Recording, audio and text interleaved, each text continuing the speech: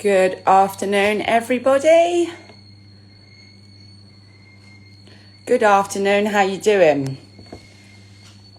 Welcome to Friday's live surgery with AP Foundations, DBA Projects and Mixed Foundations. Just waiting for a few of you to come online. I see you. How you doing today? Just waiting for a few more to come online and we'll be starting today's Friday live surgery. Hi, Nanny. How you all doing today? Good to see you all joining us. Hi, I'm trying to wave at everybody. I hope you're all doing all right. Not so sunny Friday out there, is there? But come and join us for an hour, make a cup of tea, and we're going to be having a good Friday surgery today. How you doing? I see them waves there. Hi. Cheers me up when I see your names. How you all doing? Thanks for joining us today. Just waiting for a few more to come online and we're going to get started. Hope you're all indoors and wrapped up. It looks like it's going to be a bit rainy out there today. Hi Lizzie Boo Thomas. Hi, thanks for joining us. So today's topic, we are going to be talking about the school, going from the school pipeline into prison, how you transform into this situation, how you get from school into prison, how young people start their journey, how they end up finding themselves in this situation. We're going to be talking to Mixed Foundations today, and they're going to be giving us some first-hand experience. DBA Project have all got experience in working with young people from leaving school. They've seen it a million times, young people struggling, leaving their school, and they ended up into crime. So we, as a group, want to deter that from happening. And I think we need to start working from when young people are young and they are in school, because once they're on road, it's going to be a lot harder, isn't it? You know yourself. So I think talking, communicating, everybody sharing their experiences. Anyone in here wants to get involved, please comment. We'll read the comments out. I think I'm going to try and bring on Simon from Mixed Foundations now. Si, if you can hear me, I'm bringing you on. Spare me a minute. Hi, Si. Hey Vicky, how you doing? All right? Yeah, not too bad, thank you. You? Yeah, I've tied all the children up and hid them in the bedroom. I know, kids, school holidays. The holidays. It is hard. You exit off till the holidays, I exit off till school. Yeah, no, I understand. So I'm tucked up, hid in a room, looking forward to today's surgery. I wanted to obviously talk to you because you've got the first-hand experience with working with young people from school, and you've watched them end up in these situations, getting into prison, getting into that way of life. And I believe it does start from a young age, doesn't it, Si? Yeah, it starts from a very young age. And it's really bad because in schools, when you're a certain age, when you're really young, you know, kids getting involved in crime who are like, say, 11 or 12 or whatever, they know they're not going to get criminalised, you know, they're going to get a slap on the wrist. Yeah. And they keep doing it and they keep getting away with so many things until they get to a certain age where they can be convicted, then things change. Yeah. But I want to take it back to the actual school first before I talk about criminalisation. Yeah. Because we've worked in certain schools where they have a BSU, Behavioural Support Unit. That's basically for troubled kids or kids who are always in trouble. Yeah. And we went to visit one and we were horrified. It could only be described as a padded cell in a school. Yeah, in a school, a padded cell. Wow. So if they're putting obviously they're not, I don't know how the lock system works and that because I didn't go into it that much, but when I looked at it, it just reminded me of a cell. So I thought, they say, oh yeah, that's to stop them from harming themselves. But to me, that's the first stages of being incarcerated. Yeah, if I was put in there, that would make me mentally worse, I think. Of course. Yeah. Of course it would. So if you've got that going on in school, you know, to the BSU, you know, I'm going to be on my own, isolated from my friends anyway. And then I'm going to be locked in this room or whatever. So that's the start of it. When we was at school, we just used to get a good beating. You know, you get the cane or the slipper or them long meter rulers. I talk to, they don't really talk about that negatively now, where... No. You know, like a good old beating seemed to work, to be honest. Yeah, you'd be in trouble today, wouldn't you, if you was talking like that, you know, but we're just going back about the past. Yeah, exactly. So it's all good. So you've got that going on in the school. So I believe that's the system from a very early age showing you about being locked up. So that's the start. As you get older and progress, you're going out there, you're committing the crimes. And when you start getting in your teenage years, 13 and 14, you're probably still too young to have convictions sticking because you're under that age, you're under that threshold, and you'll always need an appropriate adult when you get arrested to come and sit down and talk on your behalf, whether that be a carer, your mum, your dad, an older brother, whoever it is, professional. But then I'm going to talk about that person. Secure training unit. Say again. I think that can have a massive impact as well, that even that adult that has to be there from the start, if it's not the right person or the right, you know, the right carer or whatever, I feel like that can contribute to future, doesn't it? Yes, of course it does, 100%. Because you'll get people who just don't really care. You know, they're coming down because they have to, oh, you've took me away from the pub or whatever because I've had to come down and sit with you. They don't care. So you need somebody who's going to be working alongside the authorities to kind of say to you, look, you don't need to be going down this road. This is what's going to happen. Yeah. I think all the little things really impact into the build-up and what we're talking about today, doesn't it? Yes, it does. Yeah. It does. And before you even get to a caution stage, when you're younger, you'll get something called a reprimand, and that doesn't stay on your file. A caution can stay on for a while, then it gets wiped off later on. Right. So reprimand is the first thing. Okay. If you keep getting into trouble, you're in care, you're in a care system, you'll go to something called a training centre or a secure children's home. Yeah. Some people call it a secure unit. Yeah. I've worked in secure units. There's one in Rainsborough, Northamptonshire. There's one in Nottingham called Clayfield's House.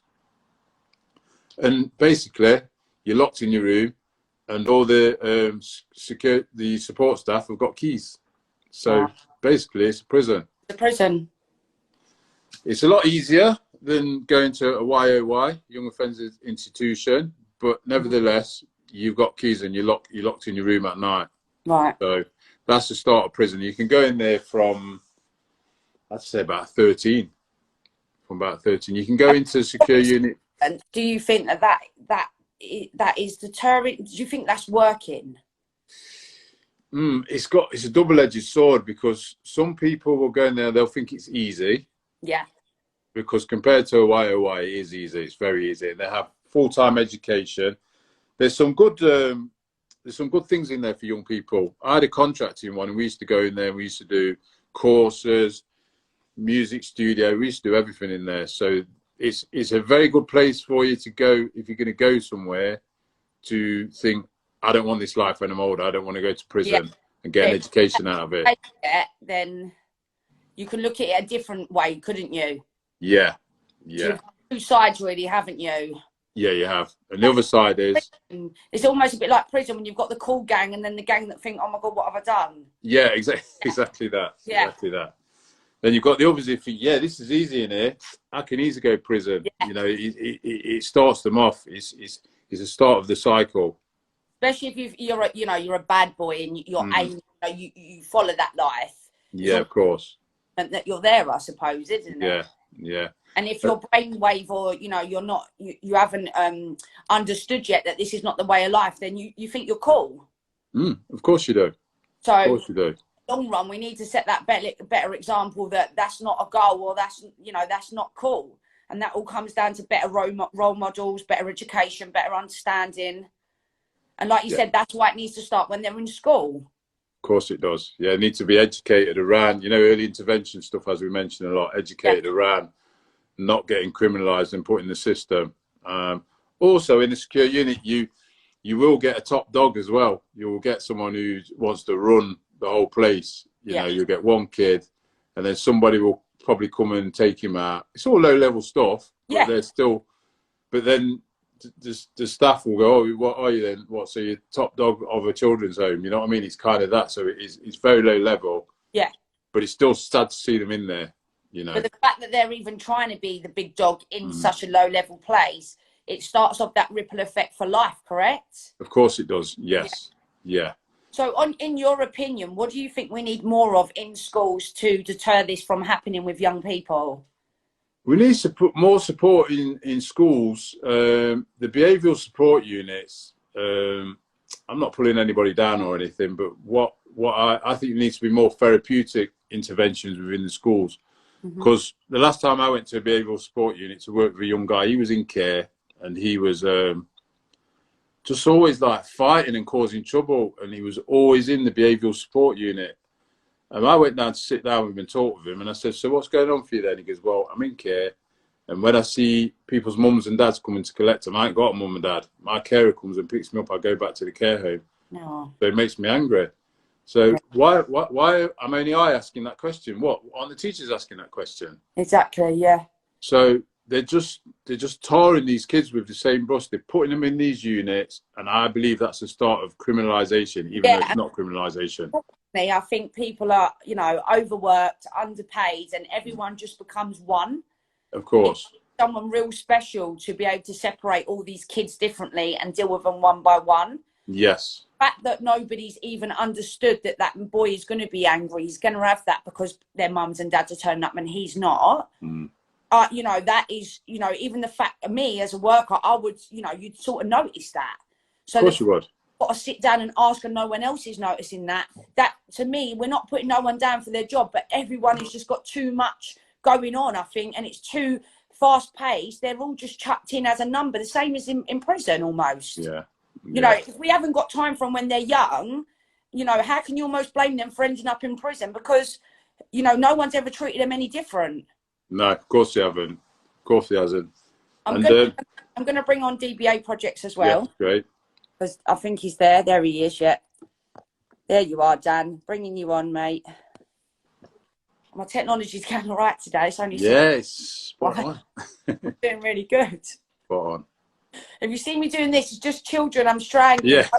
Move. Hi, Dan. Hello there, guys. You all right? How you doing? Hi, Dan. Not too bad. How we doing, my brother? So, yeah, I was running a bit late, Vicky. Me and Simon were on the phone for a bit longer than I anticipated. I needed to get ready. Lunch or something. You still look like you're in the fog, Dan. You still look like you're in the fog. Do you know what? I haven't sorted my phone out. I've been so lazy. I just can't remember. It's my fault. It's my fault. I'll my hands up. At least I haven't got the echoey too much like Ricky. So no, you're not in the cupboard. You're not in the cupboard. So no, not in the cupboard. Not in the cupboard. Yeah, just listening to what you guys are talking about, and you know, as per I know that our minds all think exactly the same. What Simon's saying there, kids are seen as they're bracketed into like holes now, sort of thing, aren't they? Where these kids are gang, these kids are violent, these kids are that. A kid's not looked upon as an individual anymore. Yeah. I think that's a key issue in what Simon was saying. You know, when he's sitting down with the kid that's in the behavioural unit, and the kid's saying to him about his parents and so on and so forth, I hear that. But why is it taking Simon, who's not his teacher, to have that communication? Exactly. It's almost like when you're in school and, you know, when you're in classes, you can get put in a good maths class or a low maths class. Yeah. It's almost like if you're naughty on this level, you go with that group. And if you're naughty on this level, you go with that group. No one it seems to have the time to make anyone an individual. They're all categorized the same. Yeah. I think that's it's a big problem, I think, with society, and it's about early intervention happening and hearing the child. Because I remember when I first came into this stuff, everybody used to, a lot of things I remember I used to read, the voice of the child is the most powerful thing. And the voice of the child is the most important thing. So if that's the case, what are educational provisions really doing then? Are they hearing what's going on for these children? Are they just allowing things just to progress, and then suddenly at 14, 15, everybody goes into panic mode, but it's too late sometimes in those scenarios? It is. What you got to remember as well, Dan, is that schools, their academies now and everything, privately run, and that schools are a business. Yes. So, you know, to permanently exclude a child, it costs a lot of money. Yeah. It costs grands. Yeah. So they'd rather keep them in the school, but just stick them in their units. Yes. So that's not person-centered. That's not child-led. No. Having the care for the child. Yeah, I agree. Then using extra money to try and save the child, because it's cheaper just to keep the child in that room. Yeah. Because then they just pass him on to someone else when he leaves, and he's someone else's problem. But Yeah. by then, 5 years of damage has been caused. Yeah, and schools don't like to have exclusions on their list either. Record, no. Yeah, they don't like to have that on their record, because at the end of the day, it looks bad when parents really dig deep, who are new parents coming to the school and want to see Ofsted reports and want to see absolutely everything. The negativity then for the school is huge. So I've seen that working in a school directly. Sorry, Vicky. Sorry, what you say? Sorry. I was just saying, isn't it a shame that it's not looked at as a positive? Say when Ofsted come in and, you know, I said, right, this child's had a really hard time. He's a troublesome child, but this is what we've done. We've brought in an organisation to work with him. But wouldn't that be looked at more positive? But just because everything costs money, it's easier for him just to sit in a classroom, and then that with a teacher who then has to, you know, to put up with this child and doesn't have the means to deal with this child. I think that's the clear thing. What it comes down to is again, it comes down to that whole funding thing. But we always get to this, don't we? I think every single Friday that we come into this conversation, the word funding somewhere, whether it's in the last 2 minutes, right at the beginning, in the middle, funding is the word that comes up. But I think you hit the nail on the head just then, Si. Schools are being run as a business, as a financial business. And that's where the problem is. If you're running something with the future of our society, our young people, as a business, how are you going to be creating those changes within the educational provision? Yeah, it's true. But what makes me laugh is, say like a child is doing something really good in school and they, you know, they're progressing. The school would invest in that child to do better things to make that school look better. But there's no money to invest in that child that's struggling to make that child better. Agreed. You know, we're preparing people for society here, and we don't have time to focus on the kids that are struggling.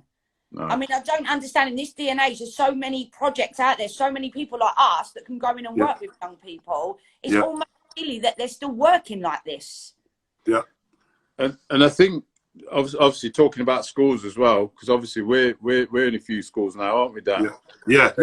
A lot of people are sceptical, and a lot of people are tied up in red tape for the heads and that. So when we go for meetings, we want to speak to the head, don't we, Dan? We don't want to we want to speak to the heads, and we want to show them what we can do, and we'll even trial it. Come on, give us a few hours with a few of your kids, and then they can't do that as when you know, when they see once they see what we're doing and the response that they're getting from the children, and that understanding of the changes and the dynamics they're seeing in the children, then it's like, oh, yeah, we want you. But it's that crossover of trying to get into that position of trying to show people, and it's really frustrating. But then, you know, we sit here and say the schools are being run as businesses. Is that down to the schools, or is that, again, same conversation we seem to have every week? Again, is that down to the government in not giving enough funding to the schools for these vulnerable children? Yeah, because they've constantly got to find more funds for their next year projects or a new music centre and stuff like this. It all looks like they're doing good for the children. Yeah. But I just don't see enough areas that are covering for the people that are struggling. No. I agree with that. I mean, when I was in school, you always knew who the naughty kid was. Yeah. And in the end, that naughty kid would just make an excuse to go and sit in that other room and read a book or sit out in the hallway. It was almost like, because they were naughty, they'd get the attention they wanted to be sent out of the class. Instead of challenging that child and saying, right, we're going to sit down one-to-one. And guaranteed 99% of the time, you just need to talk to someone. Yeah, you know, of course you do. Get that one person that can get through to a person, then you've won already, I believe. Yeah. And then the next stage is the exclusion, and then we come on to proofs. Okay. Now that's all those kids all put together in the next place. That's another level. So all of them are then put together to play together. Yeah. Well, in a way, it's like what you were talking about, the secure side, isn't it? It's like we're going to put the bad together and make it into like a mini prison from 9 till 3 o'clock. Yes. Because that's the reality of it. And, you know, in a way, they're grooming them for the reality of some of those children, unfortunately, that are going to end up behind the wall. In terms of, this is what it's going to be like for you, because these are the sort of people that you're going to be mixing with for the rest of your life. Instead of trying to get that child and finding out what is going on, because no child is born bad, are they? No child is born naughty. No. Yeah, it's circumstantial in terms of what happens with the family dynamics, what happens with your peers around you and things like that, and your circumstances. So you're already demonizing a child when they go into a Peru straight away, because all they're seeing is other children. And when they talk to another child, oh, what are you here for? Oh, I got excluded for this. There's not a child in the Peru that's there because they've done something positive. But you know what a shame is as well? All these people that categorise, they'll say, right, this child's had a rough childhood, this child's had this. When you talk to that child doesn't even recognise that trauma that the child has been through. They'll say, I've got excluded for like doing this and doing that. They don't even actually know how traumatised they are yet. Yeah. Right? So they think, oh, they're just naughty, and then they're treated like they're naughty. But, if, you know, nobody's actually sitting down and explaining, hold on a minute, you're just a victim yourself. Most of these kids are acting out. They think they know why, but they don't really. Yeah. Because when people like us sit down and we get deeper into it, we find the root of the problem. Yeah. But what happens if they're all stuck in this room together, like you said, 9 to 3, because one, it's cheaper just to put them all in one room together. Yeah. 2, because they don't have the funds. If they all stick them in a room together, they can all be treated like bad children together, and they're more easier to you know, direct and look after, because it's treated like a prison. Yeah, yeah. But true. There's no interventions put in that place in that 9 to 3 to separate them. They're just being left to become worse together, basically. Yeah. I'm in agreement with that, and it sounds really horrible to be saying these sort of things, you know, because the reality is, you know, for all our organisations, we're trying to work with these institutions, with the Prus and everything like that. But I think what we're trying to say is that's just the reality, unfortunately, and it's a reality of our society today. I think too many companies that want to work with schools or whatever are so interested on earning money that they won't be honest like us. Yeah. Yeah. They won't be brutal. Like, we're willing to sort of upset and some feelings, you know, we're not treading on no eggshells here. We're telling you how it is. This is not working. This is broken. But then we come to them and we've got a plan to fix it at the same time. Yeah. We're not just trying to earn some money out of them, put them all in a group, do some activities and send them on their way, because no kid is the same. Everyone is individual, and they deserve to be treated individual. Yeah. Yeah, that's why it has to be person-centred. Everything has to be person-centred for that child. She should be treated like a group, as sheep and cows, if you ask me. You know what I mean? Yeah. We're not a herd of animals that should be put in one section together and led the same path, because not all them kids will follow that same path. Yeah. If you want to be a plumber, I might not want to be a plumber. So that might appeal to you and not appeal to me. So these programs individually set out that breaks up the groups a bit more. Yeah. Yeah. And then we're in the Peru now. So, you know, as we said, then you're going to get the stronger ones and the naughtier ones finding the vulnerable ones, you know, and dragging them into criminal activity and everything. Don't forget, we're getting older now. Yeah. We're getting up to 15, 16. Yeah. So, you know, year 11 and that. And then the next stage after that is YOY. You're not going to a secure unit unless it's really minor. You're going to a YOY, and that's HMP. Yep. That's the first prison, young people's prison. Do you think if a young person was put into an adult prison instead of a young person, do you think that would have a different effect? They've done experiments, haven't they, like that? There's been a few programs on telly when they put them into an adult prison and that. And all the young people that I work with in YOY, no matter what they say, they don't really want to be going to big man's prison. Nope. That's why you have to try and work with them while they are 16 before they get to 18 to get them out, so they don't have to go there. That is it's a scary thought for them. You know, I've few children that are away at the moment have been away for a good few years on various murder charges, so on and so forth. Now, within their YRO, they are classed as being high level. Their class as being the man them on the wing, so on and so forth. But the reality is, it's a bit like the school program, isn't it? When you hit primary school, you get to year 6. You're the big boys in year 6 sitting in the back of the assembly hall, sitting on the benches, sitting on the big boy chairs. And then all of a sudden, you're back to being that small kid again. Yeah, year 7, new school. And then it's that same process for these young people that are in the prison. Yeah. And it's about that mentality and changing of that mindset, because some of them, most of them won't want to go to adult prison.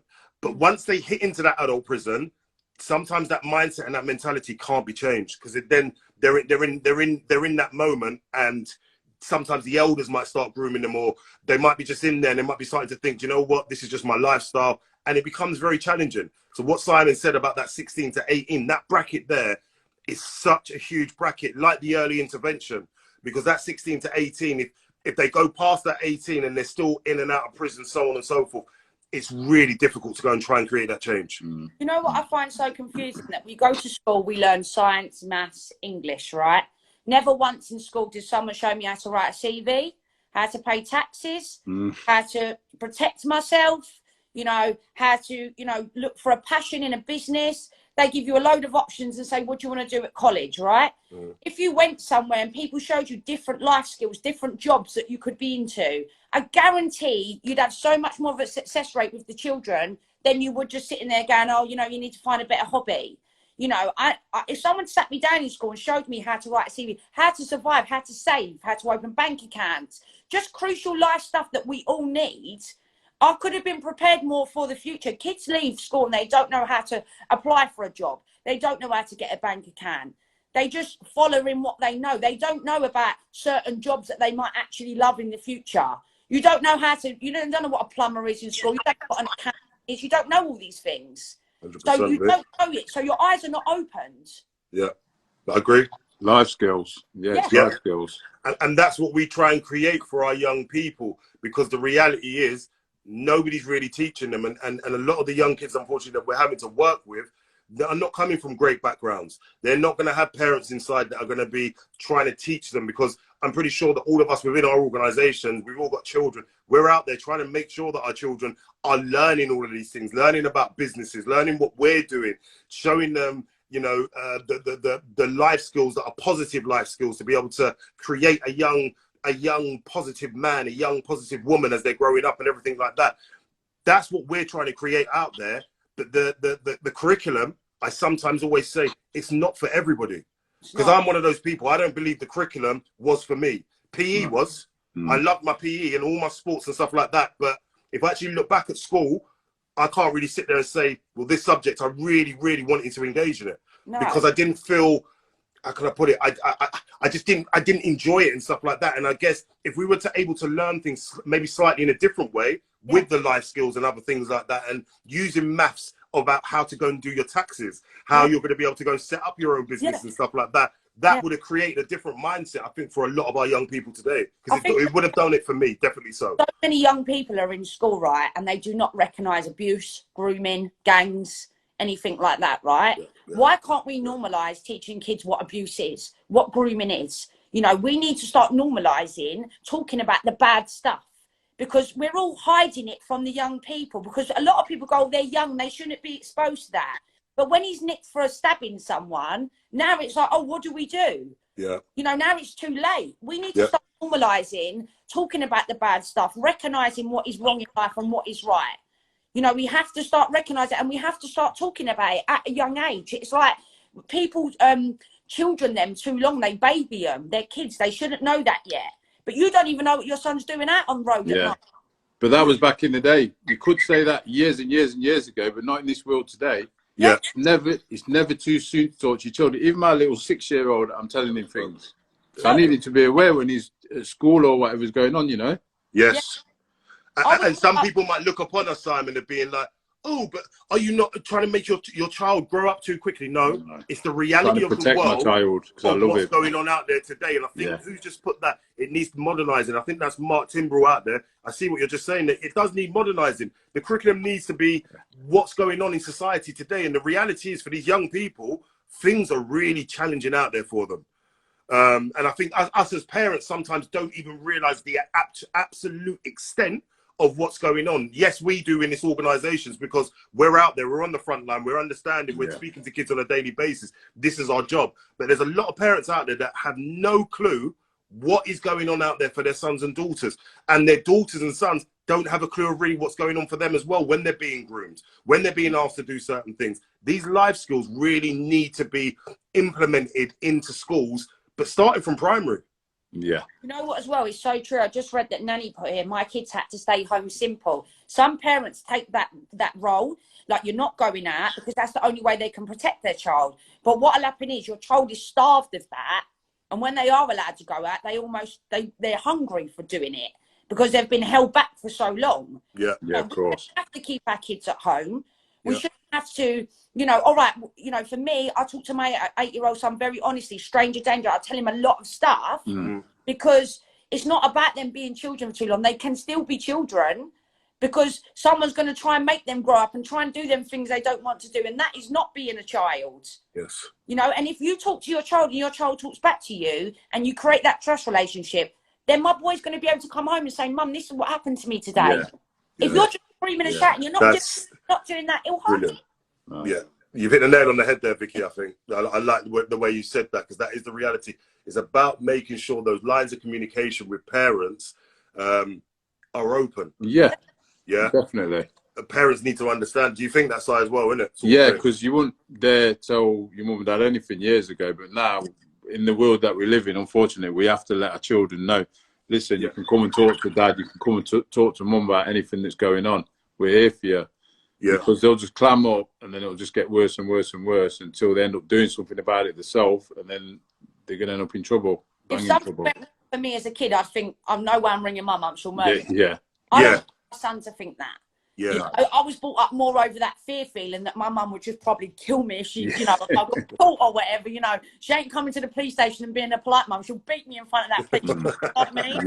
Yeah. That old school way. Yeah. I have some of that old school attitude, because I do believe kids do run off fear. You know, I find that this generation, a lot of parents where, all right, they don't smack their kids or whatever no more. But I think because all of that, we have lost that control a little bit. Yeah. I was scared of my mum and dad as a kid, and that kind of did help me, because I would think twice before I was doing that with my mates, because I know when I get home, I'm going to get beat. Yeah, and that's the respect. It's a respect thing, though, isn't it? You're scared because you respect. Yeah, that's what I was about to say. You know what I mean? Yeah. And that's what it comes from. It's about, you know, I like the way you're saying it, Vicky, in terms of being fear. Your children are fearful, because my children are scared. They know the tones of my voice. Yes. It's not about beating them. It's just about... No. They know the tones of my voice. They know my facial expressions. They know when I'm joking. Yeah. They know when I'm just, okay, joke time's over.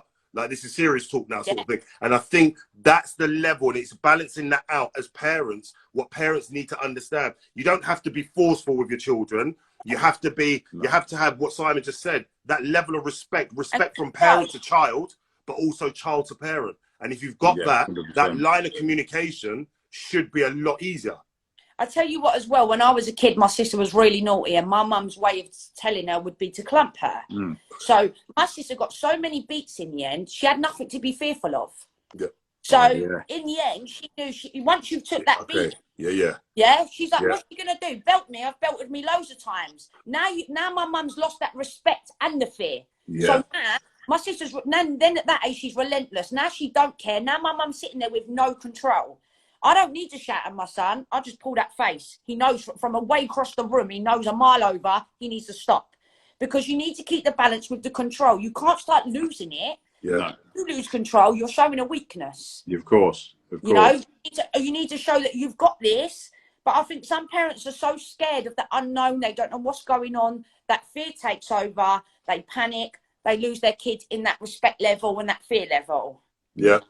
And I think with the scaring of the kids sort of thing, once you go past that level and you start, listen, I'm aware, listen, old times back in the day, I understand how parenting was and everything, and I've got no issues with that. But with today's time and today's climate with the kids, once you go over that level, like you just said, Vic, and you're pushing them, and then the kid is not fearless of mum or dad, doesn't have no more respect, that's what they're going to be like out on the roads.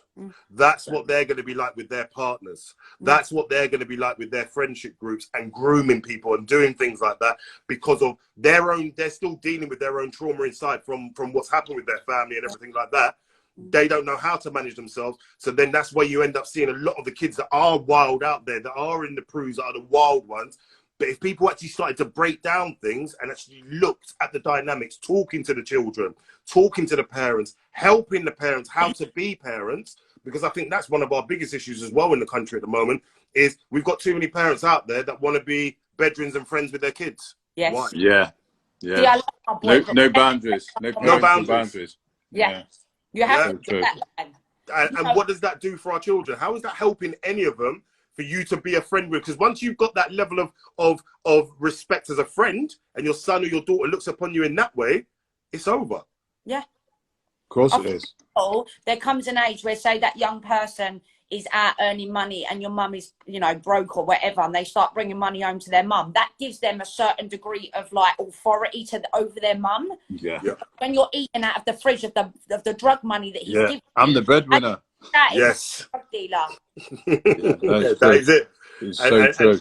And mum and dad can't really say too much to me because I'm earning more money than both of you two, and I'm the one that's doing everything. So make your choice. You either tell me what to do, or, you know, and not really tell me what to do. Try telling me what to do, but it ain't happening. But this happens. Everyone finds it's all cool at first because everyone's getting the money, they're getting treated, and then you're 2 years down the line, it's a lot more serious. Your door's going to go off. You're hiding from people. Now you want them to stop. Now it's not good enough.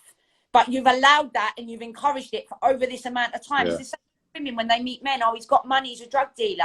Before, next thing, you're sitting at home, no man, no money, don't know where he is.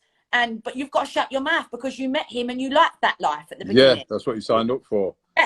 Yeah. I don't think there's enough education to our kids as well on the importance of being criminalised and going to jail and having that criminal record, because working with a lot of kids we work with, I know a lot of kids who have done bad things and let's say they've never got caught for it, but the times they have got caught and gone to court, the magistrates have been quite lenient on them because of their upbringing and that. And that even can become a deterrent. Right? I had one young person, he was going, listen, fam, I'm not going to jail today. I'm not going to jail, trust me. And he got away with things about 5 times. And I said to him, do you think it's time you stop now? Because the next time you're definitely going to jail. So I think the importance of, you know, you've not got a criminal record. Keep it that way. You've done a few bad things. You've not been caught, or you have been caught. You got away with it. Stop it now before you go to jail, because you won't like it in jail. And the people I work with, I know if they're about to do jail or not. Just by the relationship I've got. And I know their makeup, and I just think, you can tell. Will not last 2 minutes. So stop it now. Yeah. The problem is it almost becomes a challenge. Like, how far can you push it? Yeah, it does. They're like, here in the nick, they're like, what have I done? But when the thing is as well, when a young person doesn't understand the trauma they've had in their life, and then a judge sympathises because of their life, they actually can't even believe their luck, because they don't even feel bothered by their life most of the time. No. Like, that's just my life. They don't treat themselves as a victim. So when the judge takes pity on them, they can't even understand why that judge is taking pity on them, and they think they've just got away with it. Yeah, they do. They haven't even noticed the damage that's been done yet. Yeah. No, I totally agree with that. I totally agree with what you just said. 100%. I think if we had, like, you know, even days where we showed, say we went into a boys' school and we showed them different jobs, plumbing, accountancy, stuff like this. You give them a flavour, let them work on a car if they want to do in that bit, you know, give them taster days in different industries, because you know yourself, you don't know until you see it or you feel it and you're like, wow, I'm good at this, I'm all right at this. Yeah. But when you're just sitting in a maths lesson and English every day, it's boring. So when you go on road and you start making money, I'm good at this, I'm really good at it, I can get better at this, because no one showed them anything else they could be good at. Yeah. No. You know, only their friends, they've gone, you can really sell these, look at these trainers, you can have this. They prep them like we should be doing in school. Of course, yeah, but the wrong way, sort of. Yes. But we had Saturday jobs as well when I was a kid. Yes. And I've always liked motorbikes and cars. I'm a petrol head. Massively, aren't you? Yeah, when I was 15, yeah, you never guess, would you? But anyway, when I was 15, I had a Saturday job in the motorbike shop. So I learned how to do motorbike mechanics and things like that. Yeah. That kept me on a straight and narrow for a while. I think it should be almost a standard thing, you know, like national service almost.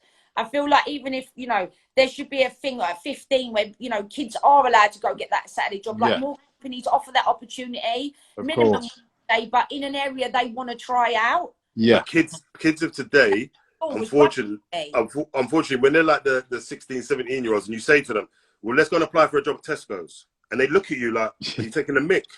Like, but that's the reality. And this is the bit of the mindset massively with this society at the moment, these youngsters at the moment. They need to understand that's a better option than going to sit on the road where somebody's going to come and pull out a knife on you, or you're going to get arrested for some criminal activity and be going behind the wall for the next 18 months, a year, whatever that may be.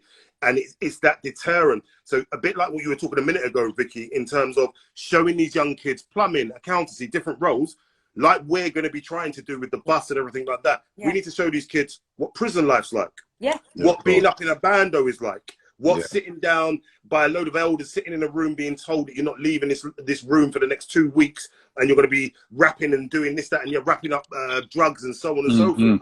Because that is what these kids at the moment, a lot of them are aspiring to be for some unknown reason with the drill music. And I'm not blaming music. I'm just giving that as an example with the stuff that they're seeing on social media and everything like that. We need to be showing them what the negative life is about that, because everybody sees the positives. And, you know, myself, Andy and Simon, we've all been on that wrong side. You don't need to go on that because we're here to talk about our futures and the stuff that we're doing today. But the reality is, yes, we've come from the roads. Yes, we understand that lifestyle and what it's about. And we know the unfortunate things that happen to all of us, and especially Andrew. You know, obviously he's been behind that wall on many occasions. I'm very lucky that I haven't been behind the wall. Would I want to be sitting down behind the wall now for doing like a 10, 15 years for drugs, no way. Freedom is the most important thing, and I don't think these youngsters really understand that. You know why, Dan? Because there's nothing that appealing to them. That's the problem. If you've got nothing out here to live for, the amount of boys I've heard say I'd prefer to be inside because they belong inside. They've got a belonging. They've got people. They've got a group. If you don't belong nowhere in life, you have to find somewhere to belong. And this is why we need to start introducing more things that gets their, you know, their taste buds going and flowing and stuff like that. Because otherwise, if you don't fit somewhere, you'll find somewhere to fit, and that's normally in the wrong place. Someone's just put in the group, youth offending yacht workers can help with stuff like that, you know, looking for jobs and things like that, but they're saying, but they're already in the criminal justice system, it's too late. And that's what I'm trying to say. We need to do more work on keeping them out of the criminal justice system. Stop this criminalisation. You know, working in the care homes and that. Sometimes kids who have been on county lines and that, you'll get the county lines piece. They'll ring us up and they expect us to, our key working sessions, they'll expect us to tell them everything that's going off. We've got to do the safeguarding things, obviously.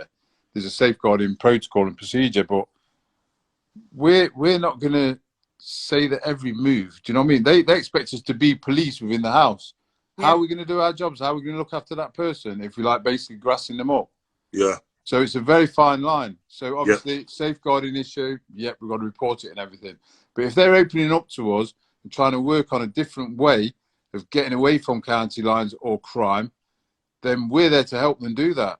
So there's certain things, the counselling and stuff like that, which is quite confidential, to actually help them. You know?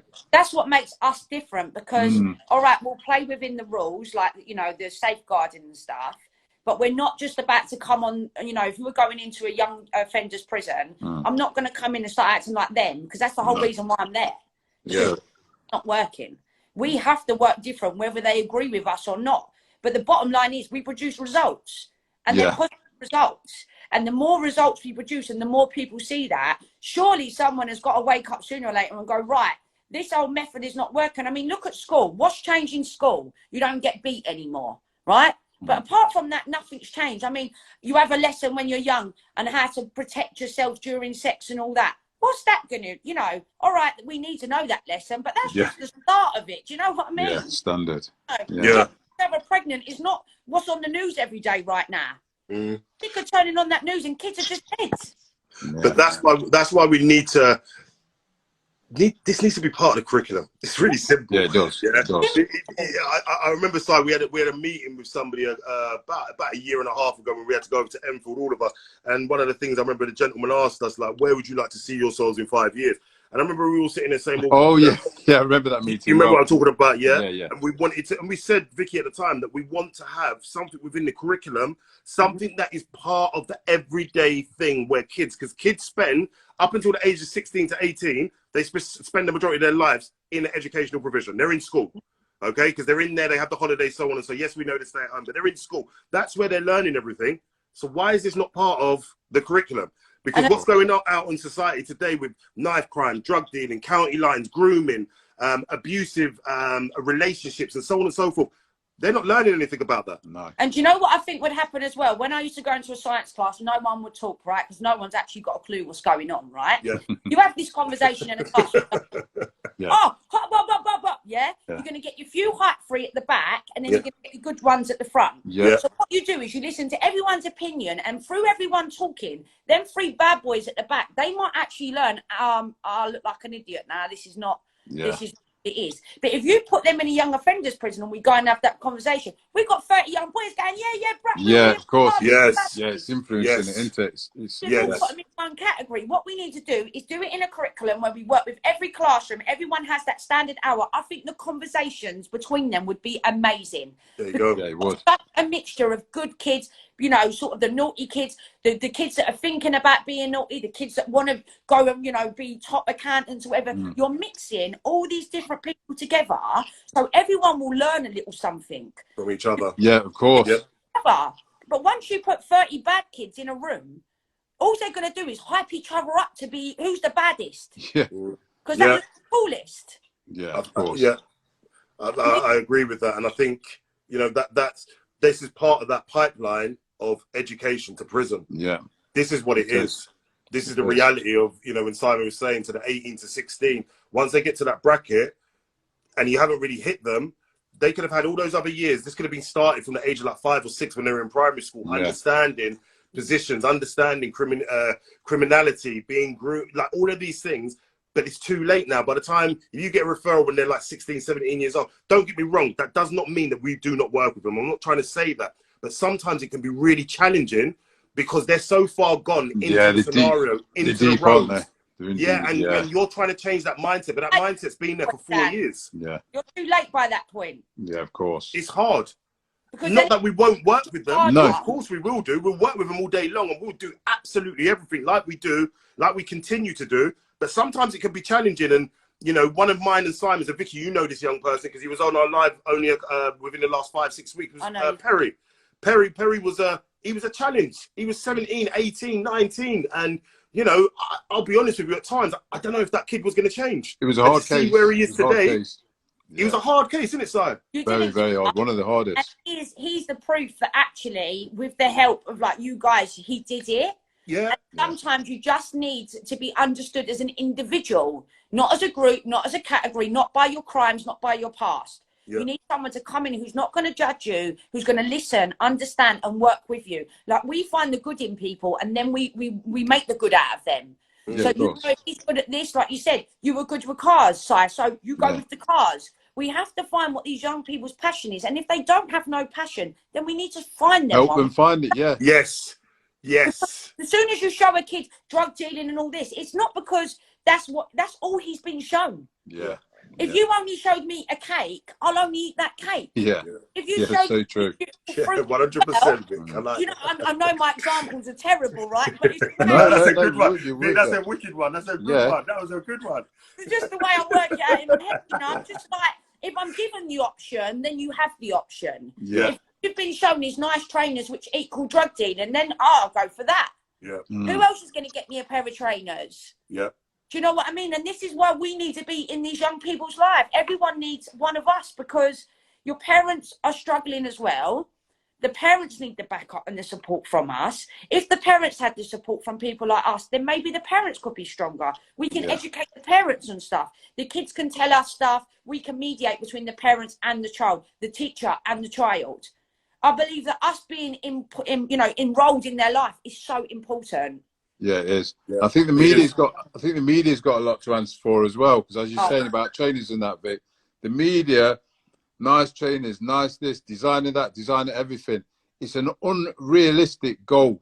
Yes. Yeah, it's an unrealistic goal, and the only way you're going to fund that goal is by crime. Think about it. As a 14, 15-year-old, you can't do anything. All you can do is get a bit of pocket money. If your mum and dad's got it, you're in an awkward age. So the only way you can get all those things at that age is by crime. I remember only way. And seeing someone with a pair of trainers, and I was like, really wanted them trainers and envious, right? But imagine now when you go on Instagram as a young person, it ain't just about seeing a pair of trainers anymore, is it? It's Instagram is so fake and show offy that you're trying to aim for a fake life anyway. Yeah, of course. And then it's all to show off, which just gets everyone nicked anyway. Yeah. I know, and everyone's got the bar set too high. I mean, when we were kids, we didn't have forms of communication like that. I remember, you know, we might have all got a phone or whatever, but that was about as much competition. You know, who could be the best snake player on your Nokia? Yeah. Oh yeah, of course. Now there is so much more competition out there. I think it's not fair for the young people, and all this criminalised life is looked at like a high life, like champagne and, you know, candles lit up out of it and strip girls and all of that. You think, oh, if I get to that stage, I'll have, you know, women falling around me, I'll have trainers. How many pairs of trainers can you have before you I go? know. You hit the nail on the head as well, Vic, about social media, right? Dumb criminals. That's how I'm going to use the word, dumb criminals. If you're selling whatever, the only people who need to know the people buying. People are advertising, selling drugs on social media. Oh yeah, purple this, purple that, draws it, guns on the table, loads of money. Madness. Stupidity. Like, no common sense. But do you know what makes me laugh? I'll see these pictures. They're all laying in money. They ain't even got a bit of curtain or net in the back. Yeah. No carpets on the floor. No wallpaper on the wall. They haven't got a mortgage, if I remember rightly, as well. Some of them are still leasing or renting their cars and so on and so forth. And you think, you've got all this money, traveling down the road, but he's there with his pit bull staff or whatever, and he's got loads of money. You know what I mean? Bad boy hat, and he's a big man. But that's been normalised by other young people now. This is the problem. Massively. It's like the craze that's been started off, and now it's like, who can be the best? Yeah, it is so true. It is so true. And obviously, we're getting to adult prison now, aren't we? We spoke about all the rest of the prisons, the adult prison. And again, I've worked with a lot of people, adults, in jail, and they just can't, when they're in it, they're just in, straight out, straight back in. I know guys, even with money and everything, and they just keep going back to jail. They cannot live a normal life in society. Even the ones with money, as I said. They can't help it, can they, Simon? No. They just don't want to stop. Now they're a victim. It's really bizarre. Like you say, the ones with money, just learn to stop. You've got money. Yeah, stop it. Enjoy your money. Clean it up. Do whatever you're doing. Put it in a business. Yeah. It's about the respect you get. You know, he might have 30 grand in the bank, but if he quits, all his mandem's going to look down their nose. What, I thought he was a businessman. Now, you're not even doing it for the money. You're doing it for the credit. For the, you know, to be spoken about. Oh, yeah, he's still on road. He's still living that life. You know, and it's also a trauma as well. Because I remember Andy talking about this, I think, in the last show, around every time when he was coming out, so on and so forth. And I think I'm sure it might not be the right word, but I'm sure it sort of manifests itself into being a trauma. Because in a way, they know no other lifestyle. Which we understand that. They can't change. And so they're going through their own traumas, and maybe traumas that have conspired from when they're children. Past traumas, that are still affecting them as an adult. It's like when people say to women, in a violent relationship, why do you keep going back? It's because it's a comfort, it's a routine, it's what you know. So sometimes, even though we know it's wrong for us, we go back because it's that comfort. It's where you belong again. If you don't belong anywhere in life, you want to belong somewhere, and that's what you keep doing. You keep going back to where you belong. And after some time, it all started with earning money. After a while, it's not about the money. It's about having that family, that network, that connection, your mandem to go out with. You have to save face. You can't put your stuff down and say, I'll quit. You're too far in. I think it's also that change of the lifestyle. You know, when you've made it now, you're into adult prison. You've obviously been through the system. You've been in the PRUs. We've been in the secure units. We've then gone to youth prisons, the HMPs. We start there. Then all of a sudden, you're in that adult prison, and you've got some big decisions to make. And those decisions have got to be: am I going to continue in this lifestyle, or am I going to change it? And if you continue in the lifestyle, it becomes very, very, very difficult to change anything there, because the reality is, I've got so many friends that literally in, out, as Simon was saying, they'll come out, some of them will come out for 2, 3, 4 years, but they're straight back in there again. And it's just a continuous, horrible, destructive cycle. And they can't get out of it because they don't know how to. And the changes that we're trying to create is what I think everything comes down to, because I really enjoyed this topic today. I think everything really comes down to, for us to alleviate these situations of that whole journey through prisons, we need early intervention. I think children are so much easier to read than adults. And if we start normalising that, working with children and teaching them the right way of life, the healthy way, yeah, they will know. Because a lot of people that have got in this situation is because they never knew any different. yes. You know, so Yeah. it makes me sad to think that, you know, they're victims themselves. They grow up thinking they're bad boys. Actually, they're a victim of their own circumstances. Yeah, of course. Treat them like they're guilty, but actually they need a bit of therapy and a bit of help themselves. Definitely so. No one essentially wants to go in the nick for 40 years. No one wants to murder someone. No one's born and wants to be a robber or a drug dealer. It's what you're shown in life. Yeah. You know, no child is born a racist. If they're brought up around a racist person, that child will be a racist. Yeah. You know, it's what you implement into the child. This is where we need to come in early, so that we're not talking to 35-year-old men saying, what the hell has happened to my life? Yeah, I agree. Yeah, it's learned behaviour, isn't it? Yeah. Somebody said to me once, they said, when we're born, it's like having an iPad with no apps on it. It's clear, and then as you start learning things, learning to walk, that you're adding apps to it. You are. So you could add a good app or a bad app, but that's how it is. So it's all the learned behaviour, and it's our surroundings. Some people, you spoke about racism, that some people aren't racist, they're just prejudiced because they've grown up in an area what's not culturally diverse and they don't know any different. Uneducated. Uneducated, things like that. Yeah. So I totally hear that. And that's what I think uneducation comes a lot from. I mean, I've looked at some people and just thought, it's just uneducation. You know, and I look and I almost feel sorry for them because they really believe in what they're saying.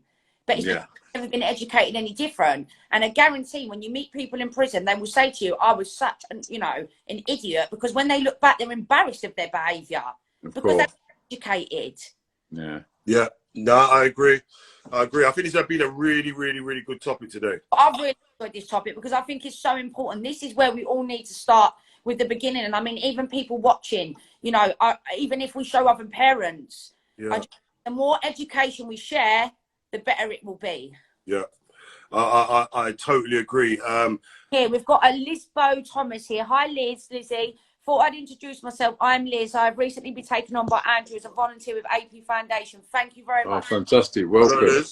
We look forward to Liz. Yeah, look forward to seeing you and meeting you.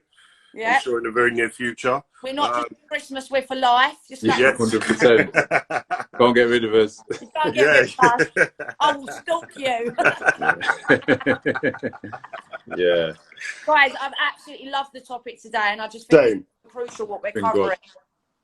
Everyone needs to stay tuned because we're coming out of lockdown now and we're about to start making a big difference. Dan, you're meant to say that behind the phone, mate. I know, I didn't quite do it. My missus is walking out and I was trying to stop her because I could see her walking out. I'm so sorry. She's trying to give you your lunch while you're No, don't start.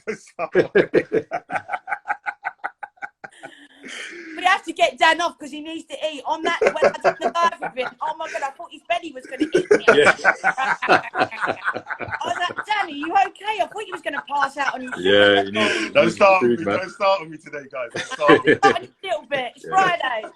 That's true. Guys, it's been an absolute pleasure doing live. And you. Thank you, as always. Yeah? Thank you for everybody listening. Try the children now. Yes. I've got back my to the next children. week. Holidays. Here we go. Yeah, no. Man, help me. All right. Listen, we'll all speak soon. Thank you, everybody. Thank you, guys. Have a blessed day. Have a lovely day. See you later. Bye. Ken, thank you for being part of surgery. Take care, guys. Bye. Bye.